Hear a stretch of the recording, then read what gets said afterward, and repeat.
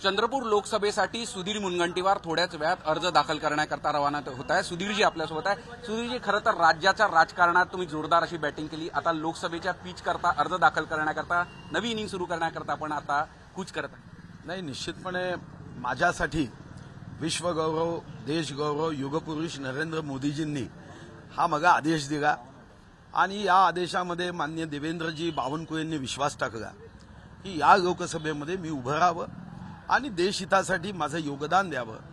माननीय मोदीजींनी सांगितलं की 2024 ते 2029 अनेक असे धडाडीचे निर्णय आपल्याला करायचे आहे की ज्या माध्यमातून आपला देश वसुधैव कुटुंबकम हा भाव तर असेलच, पण जगाचा हा कप्तान व्हावा। आणि मला वाटतं की या दृष्टीने ही तिकीट मला दिली असावी।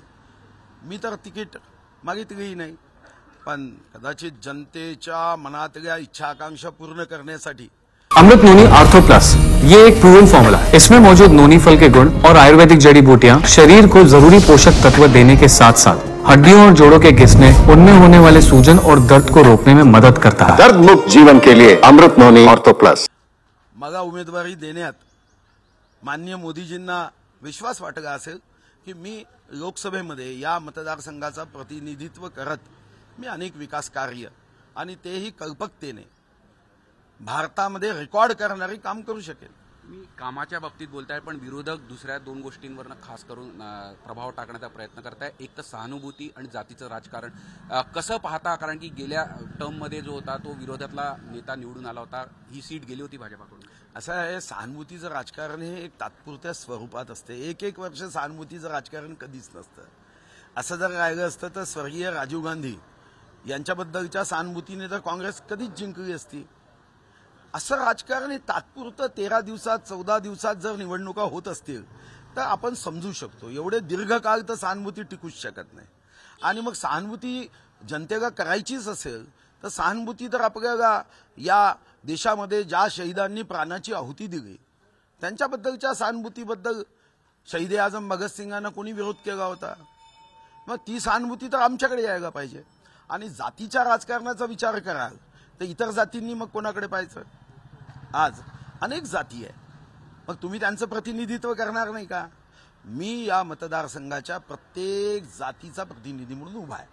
आता जनतेला ठरवायचं आहे की जातीगत राजकारणाला थारा द्यायचा की विकासाला थारा द्यायचा। अगदी बरोबर। दोन काही गोष्टी घडलेल्या अतिशय महत्त्वाच्या आहेत। नव्या संसदेचं लाकूड जे आहे ते चंद्रपूरमधनं गेलं आणि दुसरं कोणीच विसरू शकत नाही ते म्हणजे अयोध्येकरता सुद्धा इथनं लाकूड गेलेलं आहे। कसं पाहता आणि काय सांगाल जनतेला? नाही, प्रभू रामाची ती इच्छा असेल की मी मंदिरासाठी 1000 वर्ष टिकणारं सागवान पाठवलं। संसद भवनामध्ये जे दरवाजे आहे तेही मी सरकारच्या वतीने वन विभागाच्या माध्यमातून FDCMच्या माध्यमातून पाठवले।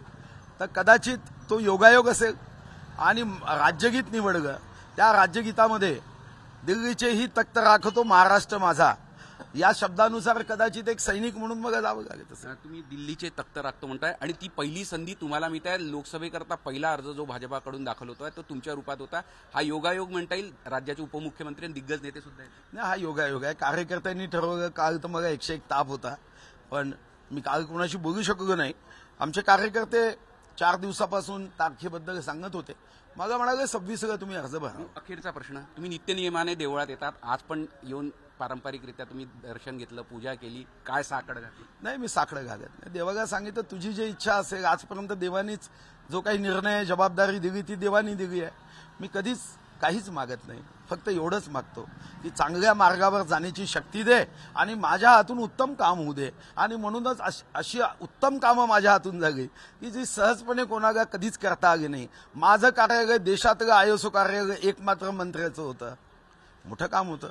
मी जाऊन पाकिस्तान सीमेवर छत्रपती शिवाजी महाराजांचा स्टॅच्यू लावू शकलो। मी राष्ट्रसंत तुकडोजी महाराजांचं नाव हे नागपूर विद्यापीठाला देण्यामध्ये मला यश प्राप्त झालं। मी गोंडवाना विद्यापीठ केलं। मी 600 कोटीचं SNDT युनिव्हर्सिटीचं केंद्र इथं करतोय। मी गोंडवाना विद्यापीठाचं 200 कोटीचं केंद्र इथं करतोय। मी क्रांतीज्योती सावित्रीबाई फुले यांचं नामविस्तार पुणे विद्यापीठाला केलाच, पण महात्मा ज्योतिराव फुलेंच्या वंशजाला न्याय मिळत नव्हता। मी काही जात पाहिली नाही। आजही तुम्ही महात्मा ज्योतिराव फुलेंच्या वंशजाला विचारा, ते देशामध्ये मी एकट्यानेच हे काम केलं हे सांगतील।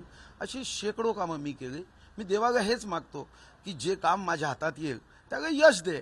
मी खासदार झालो तर काही 4 फुटांनी उंची वाढणार नाही, आणि नाही झालो म्हणून माझे 4 फुटांनी माझी उंची कमी होणार नाही. खासदार झालो म्हणून 101 वर्ष मी जगणार नाही, ते तर देव ठरवेल. आणि नाही झालो म्हणून काहीतरी गडबड होईल असंही नाही आहे.